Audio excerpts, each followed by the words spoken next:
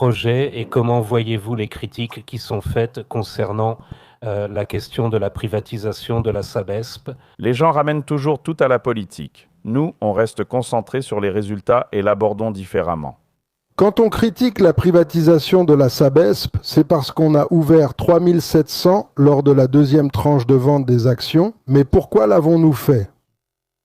Pourquoi avons-nous dirigé la concession vers une seule entreprise en ajoutant des clauses qui excluaient ? Il y a eu 3 clauses ajoutées pour écarter. Les investisseurs sont entre les mains d'eux. Et pour aggraver les choses, après avoir vendu à un seul des intéressés, qui évidemment a proposé le prix qui lui convenait, puisqu'il n'y avait pas de concurrent, il a encore vendu au prix de la première tranche.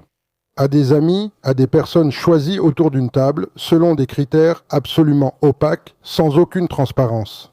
Alors il dit, nous sommes en train de livrer le métro, la ligne 6, pourquoi avons-nous payé 3,7 milliards de plus que ce qui était prévu ? Le contrat pour anticiper la livraison d'un ouvrage qui a été signé il y a longtemps par le PSDB avant les élections pour montrer qu'ils ont réalisé quelque chose. Et là tu dis, laisse-moi voir le contrat. L'avenant de 3,7, il ne peut pas être sous secret pour 100 ans. Qu'est-ce qui nous arrive ?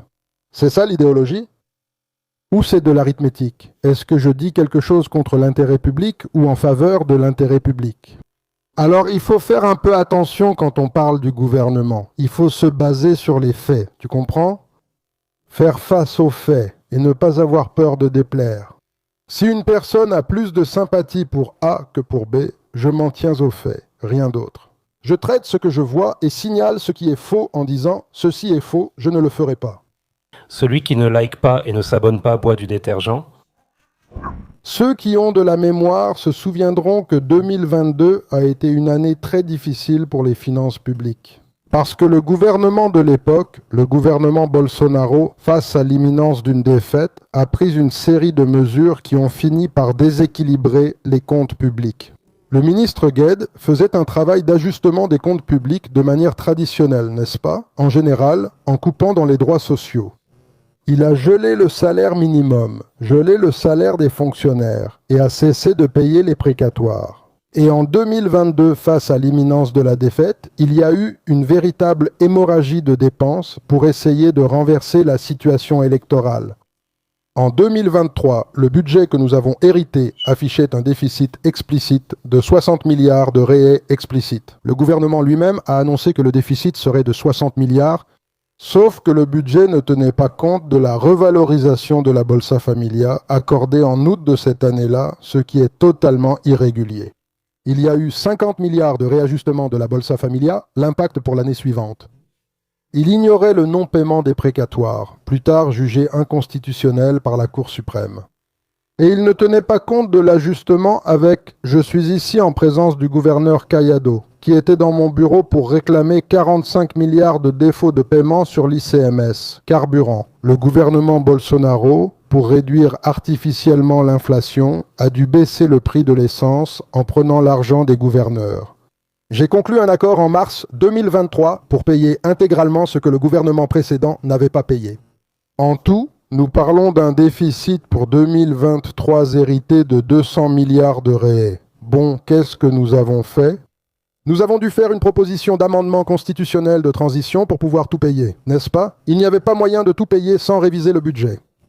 Et j'ai commencé à respecter une obligation constitutionnelle de réduction des dépenses fiscales. Les gens confondent cela avec une augmentation d'impôts. Mais c'est un principe constitutionnel de réviser les avantages fiscaux accordés à un certain moment et jamais réévalués. Donc, nous avons commencé à faire une révision des dépenses fiscales en maîtrisant les dépenses d'un côté avec une règle de dépenses rationnelle.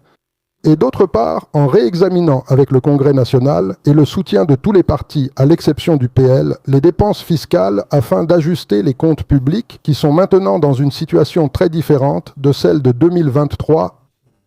Quiconque consulte la LDO d'aujourd'hui ou le budget présenté en août verra un budget totalement différent.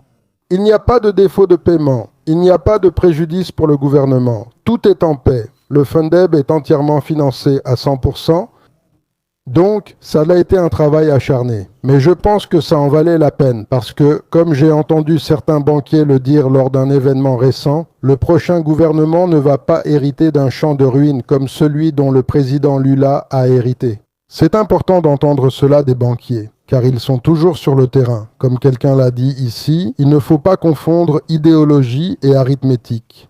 Je pense la même chose. L'arithmétique, c'est bien parce que dans ces moments-là, on met les chiffres sur le papier, et là, tout le monde voit clairement ce dont nous avons hérité en 2023 et ce que le prochain gouvernement prendra en 2027. Maintenant, Monsieur le ministre, le gouvernement a obtenu des avancées importantes, croissance du PIB, réforme fiscale approuvée après des décennies, quasi plein emploi et exonération de l'impôt sur le revenu pour ceux qui gagnent jusqu'à 5 000 réais. Bref, plusieurs mesures dans différents domaines qui sont très positives pour le gouvernement. Malgré cela, les sondages révèlent plus de désapprobation que d'approbation. Pourquoi ? Dans la dernière, ce n'est plus le cas, n'est-ce pas? Je regardais même, en venant ici, une interview avec Felipe Nunes qui montrait que l'approbation a dépassé la désapprobation, et il donnait quelques éléments pour expliquer cela. Par exemple, l'exonération de l'impôt sur le revenu, qui était une promesse du gouvernement Bolsonaro non tenue, parmi tant d'autres, et nous avons promis et nous avons tenu parole, n'est-ce pas? Avec un équilibre budgétaire, soit dit en passant. Qu'est-ce que Quest montre? Que la perception de cette mesure se construit avec le temps. Ça a commencé en janvier, mais les gens ont commencé à en ressentir l'impact après avoir payé les frais de fourniture scolaire du début d'année, puis ils se rendent compte que leurs revenus s'améliorent. Cela s'est ajouté au programme Desenrola, qui a beaucoup amélioré la situation de certaines familles qui étaient en situation de surendettement. Et la perception d'amélioration de l'économie, avec le taux de chômage au plus bas historique et l'inflation cumulée sur 4 ans, qui est la plus faible de l'histoire du Brésil. L'inflation cumulée sur 4 ans est la plus faible de l'histoire du Brésil, et cela malgré des chocs internes et externes importants, comme l'inondation au Rio Grande do Sul. La guerre dans le détroit d'Ormuz, la guerre entre l'Ukraine et la Russie, des événements importants se produisent, et pourtant l'inflation sur 4 ans reste la plus faible de l'histoire. Le taux de chômage le plus bas de la série historique. La croissance cumulée, cette année, personne n'y croyait. La croissance cumulée, cette année, personne ne croyait que l'économie allait croître et pourtant elle va croître à nouveau, plus que la moyenne des 8 années précédentes. Nous allons probablement terminer avec un peu plus de 11% de croissance en 4 ans. Depuis 2010, il n'y a pas eu de croissance sur 4 ans, similaire à ce qui se passe actuellement. Et contrairement à ce que Tarcísio a dit ici, nous ne perdons aucune opportunité. Le Brésil est champion de l'énergie propre, notamment dans l'hydroélectricité, l'éolien et le solaire. Il a le coût le plus bas pour l'énergie éolienne et solaire. Le pays est champion des biocarburants. Il a le moteur hybride Flex, qui est unique au monde, n'est-ce pas? Nous attirons plus de 100 milliards d'investissements de l'industrie automobile au Brésil pour des voitures de dernière génération grâce au programme Mover, qui est la mobilité virtuelle. Il y a un programme de transition, de transformation écologique reconnu dans le monde entier. Représentant le gouvernement, j'ai été classé par Time parmi les 100 personnes les plus influentes du monde dans la transition écologique. L'opposition a malheureusement rejeté le Redata, crucial pour attirer des centres de données au Brésil. Nous avons un projet de superordinateur avec la France, nous attirons des investissements en haute technologie au Brésil, nous avons rétabli le FNDCT, qui était appauvri, nous y avons investi plus de 10 milliards. Une partie de ces ressources a été consacrée à l'intelligence artificielle. Le Brésil ne prêtait pas attention à l'intelligence artificielle. Il n'avait aucune idée de ce qu'était l'intelligence artificielle avant que nous prenions nos fonctions. Enfin, nous explorons toutes les opportunités qui se présentent. Les terres rares que certains pensent qu'il est important de remettre à Trump pour se réconcilier avec lui, pour nous, c'est un axe de développement, de traitement des matériaux. Minéraux critiques et terres rares au Brésil.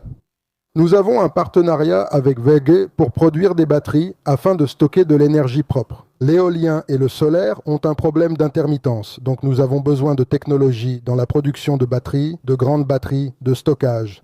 Enfin, nous ne manquons aucune opportunité. C'est pourquoi le Brésil croît 2 fois plus vite qu'avant, avec une soutenabilité budgétaire et sociale. Parce que nous ne pénalisons pas la base de la pyramide pour faire croître le Brésil. Au contraire, la base de la pyramide est une alliée de la croissance.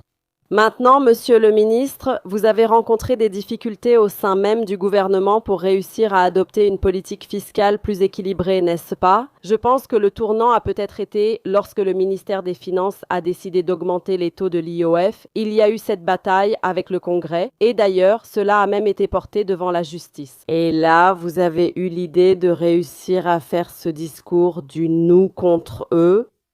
Ce qui a été vu par l'opinion publique internationale. Mais d'un autre côté, si vous prenez la dépense publique en proportion du PIB, c'est ça qui compte. La dépense publique doit être envisagée en proportion du PIB. Comparez ce gouvernement aux deux précédents. La dépense publique en proportion du PIB est aujourd'hui inférieure au niveau hérité du gouvernement précédent. Nous avons fait des choix. Nous n'avons pas voulu pénaliser la base de la pyramide. Et il semble qu'au Brésil, il existe une petite partie de la société qui malheureusement est très vocale et qui associe la réduction des dépenses à nuire aux plus pauvres. Il faut nuire aux plus pauvres pour réduire les dépenses. Au contraire, si vous faites cela, vous allez nuire à l'économie, vous allez déprimer la consommation. L'économie ne va pas croître. Il faut choisir la bonne coupe budgétaire pour ne pas nuire à l'économie, car son bon fonctionnement permet d'augmenter le PIB et de faire baisser les dépenses en proportion du PIB. Donc cette mentalité de penser que Millet a raison avec sa tronçonneuse, regardez ce qui se passe en Argentine,